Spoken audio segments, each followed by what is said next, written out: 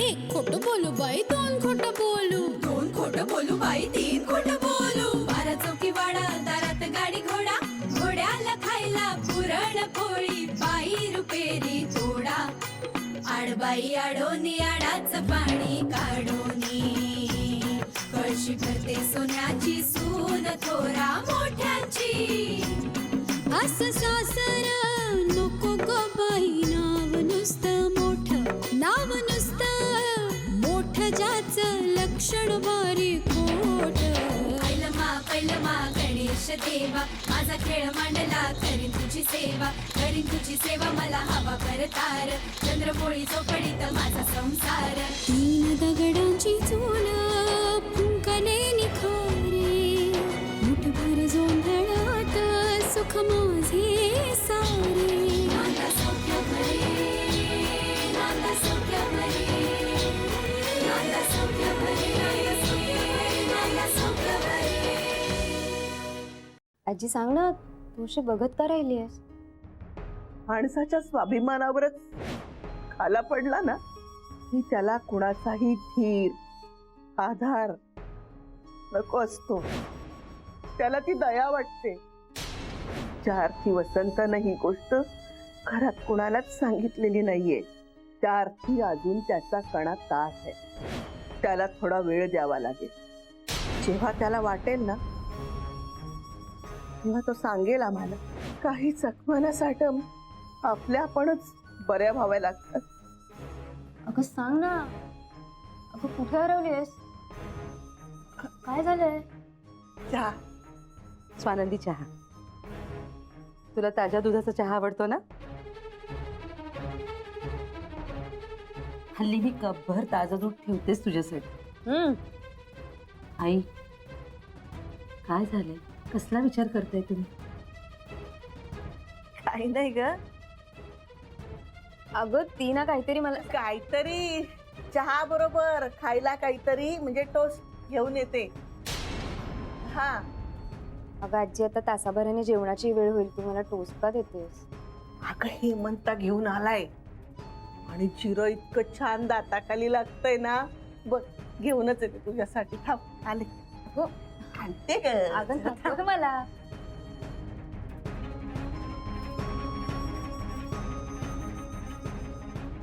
आई सांग ना, तू काहीतरी सांगणार होतीस. मी तोच विचार करते. मी काय सांगणार होते तुला? ए प्लीज आता लपवू नकोस माझ्यापासून. हे बघ, तुला खायचे नसतील ना तर 4 घेऊन जा घरी. अहो आई, काहीतरी काय? काय झालं? आयत्या वेळी कामी येतात ना ते, आत्ता आले तसे. म्हणजे म्हणजे आता चहा बरोबर काहीच नव्हतं ना खायला म्हणून. अगं टोस्टचं एवढं कौतुक करण्यापेक्षा काकाने कुठून आणलेत मला सांग ना, मी जाता जाता घेते विकत. अगं त्याच्या कुठल्या लक्षात राहिला? तो एकतर विसर गोळा, त्याच्या दुकान पण लक्षात नसेल.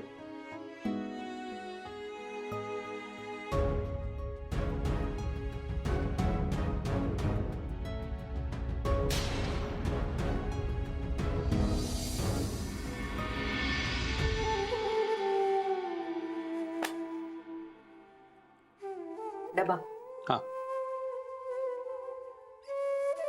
ही फाईल नाही नेणार तुम्ही? नाही ना, ती नको. थांब वसंता, कुठं निघालायस? आणि तू पण काय लगेच डबा देतेस ग? म्हणजे आज तू घरी राहायचं आहेस. बरं झालं आईच बोलल्या, नाहीतर आज पुन्हा हे बाहेर. रविवारी गेला होतास की नाही कामाला? मग त्याच्या बदल्यात आठवड्यातला 1 दिवस रजा मिळते ना. हो. ती रजा आज घ्यायचीस तू. का पण? रजा कशासाठी घ्यायची? मला बरं वाटत नाहीये. काहीतरी काय बोलतेस? बरं वाटतंय ना तुला? तसं बरं वाटतंय मला, पण अंजलीला बरं वाटत नाहीये. अंजली? म्हणजे वसंता, मी तुला खरं सांगूनच टाकू का? म्हणजे आज मला बरं नाही, हिला बरं नाही असं म्हणत अख्खा घराला आजारी पाडण्यापेक्षा तुला खरं काय ते सांगूनच टाकते. खरं म्हणजे काय सांगणार आहेस? अरे सतत किती काम करायचं माणसानं? जरा घरच्यांना वेळ दे ना, स्वतःला वेळ दे. अगं आई, माझं कामही तेवढंच महत्वाचं आहे ना. पण हो रे बाळा, पण जीवाला जीव देणारी माणसं घरातच असतात, ऑफिसमध्ये नसतात. नाही, मला कबूल आहे तुला टेन्शन असेल, खूप काम असेल, पण थोडी विश्रांती पण घ्यायला काय हरकत आहे म्हणते मी. हो, आणि रोज उन्हातानाचं जायचं काही गरज नाही. हा, अगं अंजली, तू तरी समजून घे. हो, नाहीतर काय सततची धावपळ पळापळ. हा, अरे जरा दम घे, श्वास घे ना. श्वास घ्यायला क्षणभर जरी थांबलं ना, तर मागून कोणीतरी येतं आणि पुढे जातं. कितीही या स्पर्धेत भाग घ्यायचा नाही, आपण थांबायचं नाही असं जरी ठरवलं ना, तरी सगळं आयुष्य जेव्हा स्पर्धेचं मैदान होतं ना, तेव्हा आपल्याला धावावंच लागतं. पण त्यासाठी ताकद तर गोळा करायला हवी ना, म्हणजे मग नव्या दमानं पुढे धावता येईल आपल्याला. थोडक्यात मी आज कामावर जायचं नाहीये. होय. नका ना हो जाऊ. चला, आज कुठं जायचं याचा प्रश्न सुटला. हे बघ, येणार नाही म्हणून ऑफिसमध्ये कळव, कमी कळवू. नाही नको, मी करतो, मी बोलतो. चल.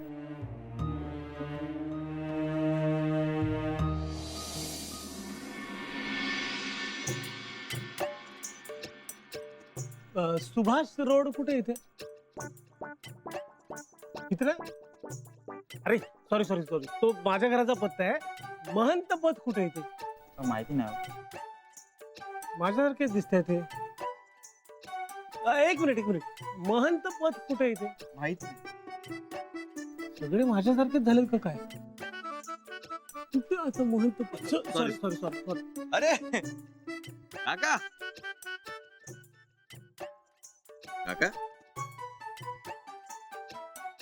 काका, नील, तू हा. नील. हा, ओळखलं. इथे काय करताय तुम्ही? अरे माझा मित्र राहतो इथे कुठेतरी, त्याची अच्छा. पुस्तकं द्यायला चाललो होतो. काय महंत पद का काय, तो पत्ता शोधत होतो इथे कुठेतरी. अच्छा, महंत पत्ता कन्फर्म आहे ना तुम्हाला? आतापर्यंत कन्फर्म होता. महंत पद का काहीतरी मी शोधत होतो, आता विसरलो मी. एक मिनिट, मी तुम्हाला कन्फ्युज नाही करणार. महंत पद करेक्ट, हाच पत्ता आहे. हं. हा, तुम्ही करेक्ट आहात. इथून पुढे करेक्ट आहे ना मी? हा. हा. तू इकडे कुठे पण? माझं इथे ऑफिसचं काम होतं. हो. जस्ट संपलं, निघालो होतो, म्हटलं बाबांना भेटून जाऊया. अरे वा. तुझे बाबा इथेच कुठे काम करतात का? माझे बाबा, स्वानंदीचे बाबा इथेच काम करतात ना.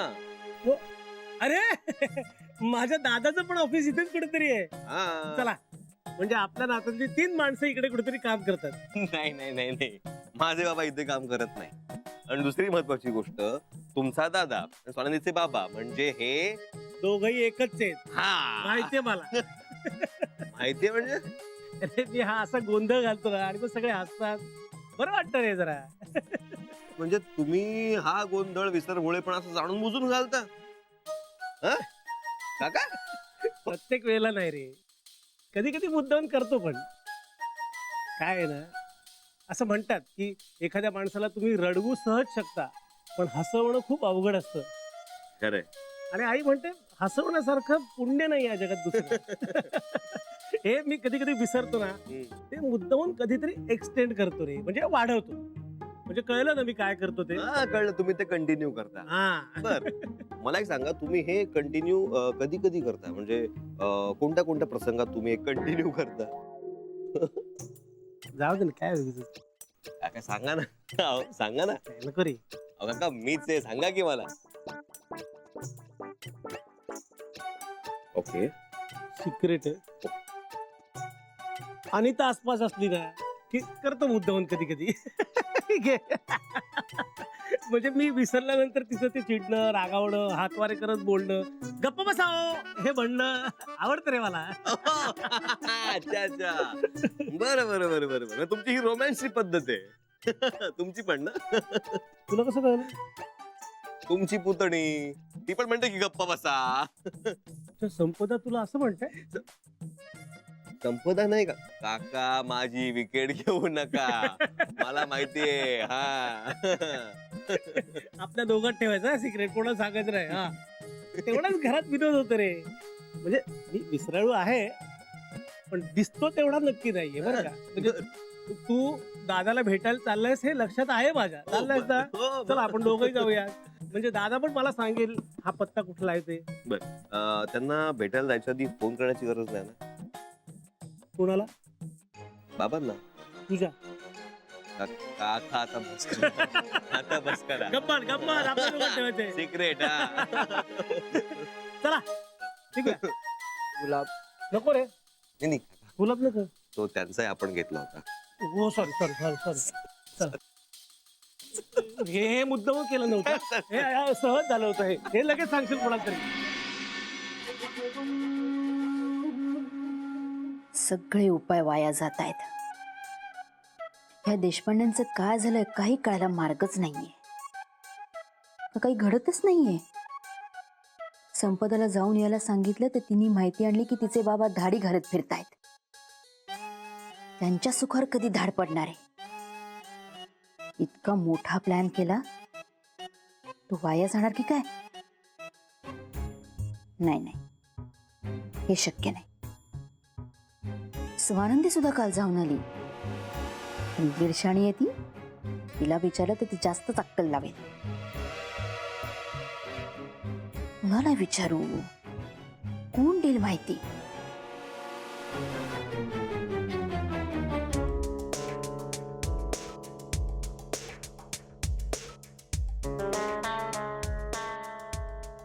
स्वानंदीच्या आईला विचारू? अरे हे आधीच का नाही लक्षात आलं माझ्या?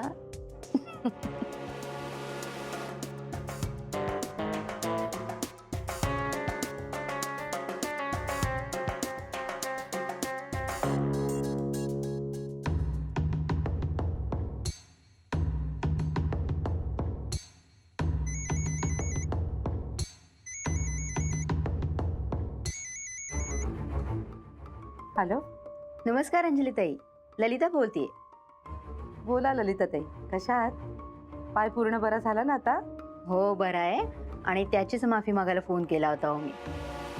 म्हणजे बघा ना, माझ्या पायाच्या दुखण्यामुळे स्वानंदीची मंगळागौर नाही हो तुम्हाला करता आली. अहो असं नका म्हणू हो. स्वानंदीला तरी कुठे वेळ होता? हो ना. मी तिला म्हटलं होतं तू सुट्टी घेऊ शकशील का, तर म्हणाली क्लासमध्ये मुलांच्या परीक्षा आहेत. अहो सुनेच्या आईला कलशामध्ये घालून सोन्याचा नाग देतात म्हणून तुमच्यासाठी नागही बघून ठेवलेला होता मी. चांगला 11 ग्रॅमचा होता. कशाला खर्च करताय आता तुम्ही? आणि हो, तुम्ही पाठवलेले पैसे मिळाले हा मला. Thank you very much. हो थँक्यू तर मी तुम्हाला म्हणायला हवं. म्हणजे आपल्या मुलीची मंगळागौर होत नाहीये असं कळल्यानंतर एखाद्या बाईचा हिरमोड झाला असता हो. नाही हो, मला उलट बरंच वाटलं. किती सुंदर मंगळसूत्र केलेत तुम्ही स्वानंदीला. तिच्या गळ्यात अगदी शोभून दिसत होतं. अहो स्वानंदी सुंदरच आहे. आणि आमच्या घरातला सोन्याचा दागिना तर तोच आहे खरं तर.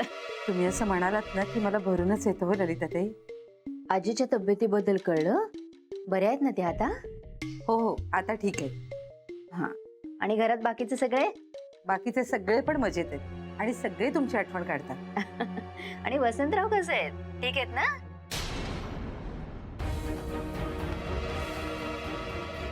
अंजलीताई, काय झालं हो? बरे आहेत ना वसंतराव? काही प्रॉब्लेम नाहीये ना? हो, खूप कामात आहेत ते सध्या. बर नमस्कार सांगा त्यांना माझा. ठेवते पण. बाय. हो.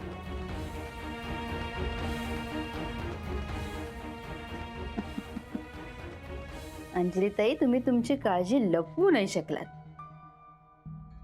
काही क्षणाची शांतता पण खूप काही सांगून जाते. तरी सुद्धा काय म्हणालात तुम्ही? कामात आहेत, खूप कामात आहेत.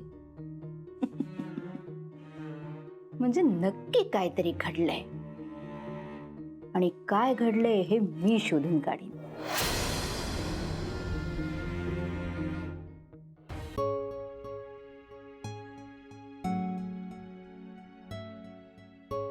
बाबांच्या साहेबांनी सांगितलं म्हणून आपल्याला हे सगळं कळलं. आज आपण इथे आलो नसतो तर हे काही कळलंच नसतं आपल्याला. दादावर लाच घेतल्याचा आरोप, हे म्हणजे समुद्रावर उथळपणाचा आरोप करण्यासारखं झालं. तुम्ही धीर धरा. लहानपणापासून ओळखतो मी माझ्या दादाला. घरून बॅट बॉल घेऊन खेळायला जायचो आम्ही, तरी स्वतःची विकेट पडल्यावर कधीही चिटिंग केलं नाही त्याने. ज्या माणसाचा प्रामाणिकपणा त्याच्या वयाच्या 7व्या वर्षापासून जाणवतोय त्या माणसावर तुम्ही ह्या वयात आरोप करताय आणि तोही लाच घेतल्याचा. हे लोक किती ओळखतात माझ्या दादाला. हे आता आपल्याला कळलंय. घरी कोणाकोणाला माहिती आहे? नाही, कोणालाच माहित नाही. म्हणजे निदान त्यांच्या वागण्यावरून तरी तसं काही दिसत नाही. पण आमच्या घरात कुणी काहीही लपवून ठेवत नाही कोणापासून. दादानी कुणालाच सांगितलेलं नाही. साहेबांनी काय सांगितलं? हे कधी घडलं सगळं? रविवारी. म्हणजे मग 4-5 दिवस होऊन गेलेत मध्ये. अरे रोज सकाळी तो ऑफिसमध्ये जाण्यासाठी घरातनं बाहेर पडतोय, संध्याकाळी घरी येतोय आणि ते ऑफिसर म्हटले की त्याला ऑफिसच्या प्रिमायसेस मध्ये जाण्याची सुद्धा बंदी आहे. मग काय करत असेल तो दिवसभर? कसं सहन केलं असेल त्यांनी इतकं मस्त. स्वानंदीलाही माहिती नाहीये कदाचित हे. कालच येऊन गेली होती ना ती घरी, वहिनी सांगत होती. आणि रविवारी दादाला घरी यायला उशीर झाला होता बहुतेक. आईचं पण बीपी शूटअप झालं होतं. वहिनी घाबरल्यासारखी झाली होती. हे सगळं घडत होतं दादाच्या आयुष्यात आणि त्याचे पडसाद आमच्या सगळ्यांच्या मनावर होत होते. तुम्ही हातपाय गाळू नका प्लीज. स्वानंदीला नक्की काही माहित नाहीये. म्हणजे असं तर नाहीये ना की वहिनीला सगळं माहिती आहे आणि तिने फक्त स्वानंदीलाच सांगितलंय. नाही, आली तेव्हा ती मजेत होती, म्हणजे खुश होती. मला नाही वाटत तसं काही असेल म्हणून. दिल, मी तुला मगाशी सांगितलं ना की विसर भोळेपणाचं मी कधी कधी ढोंग करतो. पण नाही रे, मला हे विसरायचं आहे, पण मी नाही विसरू शकणार, खात्री आहे मला. मला कळते तुम्हाला काय होतंय ते. पण आता ना आपल्यावर खूप मोठी जबाबदारी घरातल्या बायकांना सगळं खरं सांगण्याची. आईला आणि वहिनीला हे कळल्यानंतर काय होईल? मलाही त्याचंच टेन्शन आलंय. स्वानंदीलाही सहन नाही होणार हे, पण सांगावं लागेल.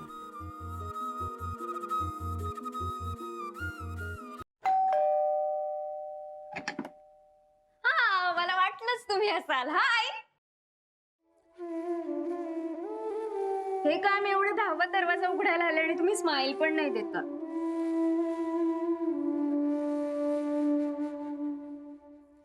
मी तुमचीच वाट बघत होते. मी मस्त गरमागरम कटलेट्स करते, खाल ना? हो. आई बाबा बाहेर गेलेत, काहीतरी शॉपिंग करायचंय म्हणाले. आणि दादा वहिनींना पण यायला ना जरा उशीर होणार आहे, म्हणून म्हटलं की कॉर्नचे कटलेट्स करून घ्यावे, काकूने शिकवले. अरे एक सांगायचंच राहिलं, आईला मंगळसूत्र खूप आवडलं आणि आजीला पण आवडलं. आणि ना सगळ्यांनी तुमची आठवण काढली. तुम्ही जाल ना भेटायला? जाईल. हो ऐका ना, ही जरा बट बाजूला करता का? माझे हात.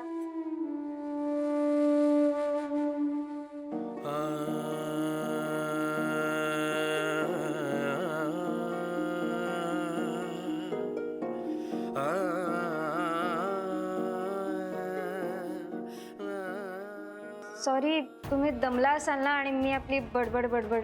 सॉरी. हा, आज तुमची मीटिंग होती ना, कशी झाली आणि कुठे होती हो? बाबांच्या ऑफिसच्या एरियात. वाव, मग तुम्ही भेटायला जायचं ना त्यांना. त्यांना आनंद झाला असता. त्यांना खूप कौतुक आहे तुमचं. तुझे बाबा खूप चांगले आहेत. हा, मला आधी सांगितलं असतं ना तर मी पण आले असते. त्या दिवशी रविवारी घरी गेले होते तेव्हा बाबा धाड टाकायला गेले होते, त्यामुळे तेव्हा भेटता आलं नाही. आणि काल गेले होते तेव्हा मी निघेपर्यंत बाबा आलेच नव्हते आणि मला पण घरी यायची घाई होती ना, म्हणून मग मी लगेच निघाले. तुमचं पण राहून गेलं ना बाबांना भेटायचं.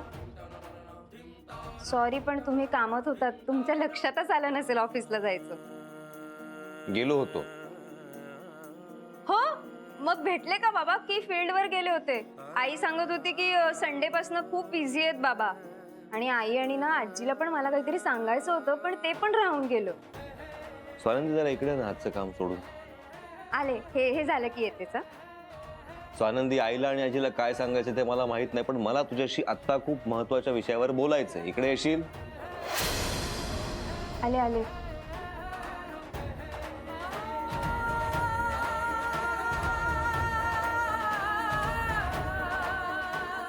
काय झालं? एकदम शॉक लावून घेऊ नकोस. म्हणजे मी जे तुला आता सांगणार आहे ते तुझ्या घरी कोणालाच माहिती नाहीये. काकांना माहितीये फक्त, कारण काका होते आज माझ्या बरोबर. सांगा ना काय झालंय. Be strong. कारण काका जर आज घरी सांगू शकले नाही तर आपल्याला घरी सांगावं लागेल ते. प्लीज माझा अंत बघू नका, सांगा ना. आपले बाबा सस्पेंड झाले. काय?